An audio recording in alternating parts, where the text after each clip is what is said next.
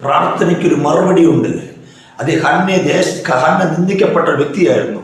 അവൾക്ക് തലമുറയില്ലാത്തത് കൊണ്ട് അവൾ പരിഹാസപാത്രമായിരുന്നു.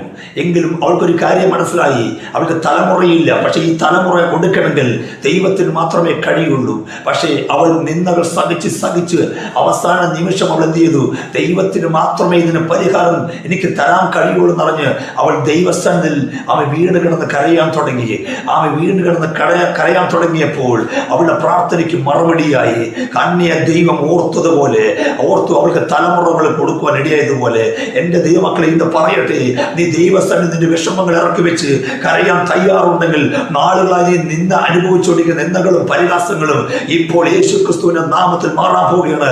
കാരണം 2-3 പേർ എൻ്റെ നാമത്തിൽ എവിടെ കൂടി വന്നാലും അവിടെ മധ്യകൊണ്ടെന്ന് വാക്ക് പറഞ്ഞ കർത്താവ് ഇന്ന് പകലിൽ നിനക്ക് വേണ്ടി അത്ഭുതം ചെയ്യുമെന്ന് വിശ്വസിക്കുന്നെങ്കിൽ ഇന്ന് ഇവിടെ എഴുന്നേറ്റ് പോകുമ്പോൾ നീ ദൈവത്തിന്റെ പ്രവൃത്തി കണ്ട് സന്തോഷിപ്പാൻ അവൻ നിന്റെ കണ്ണിന് മറുപടിയായി അവൻ ഇനി കരയേണ്ട വരികയില്ലെന്ന് ദൈവാത്മാവിൽ ഞാൻ വിളിച്ചു പറയട്ടെ.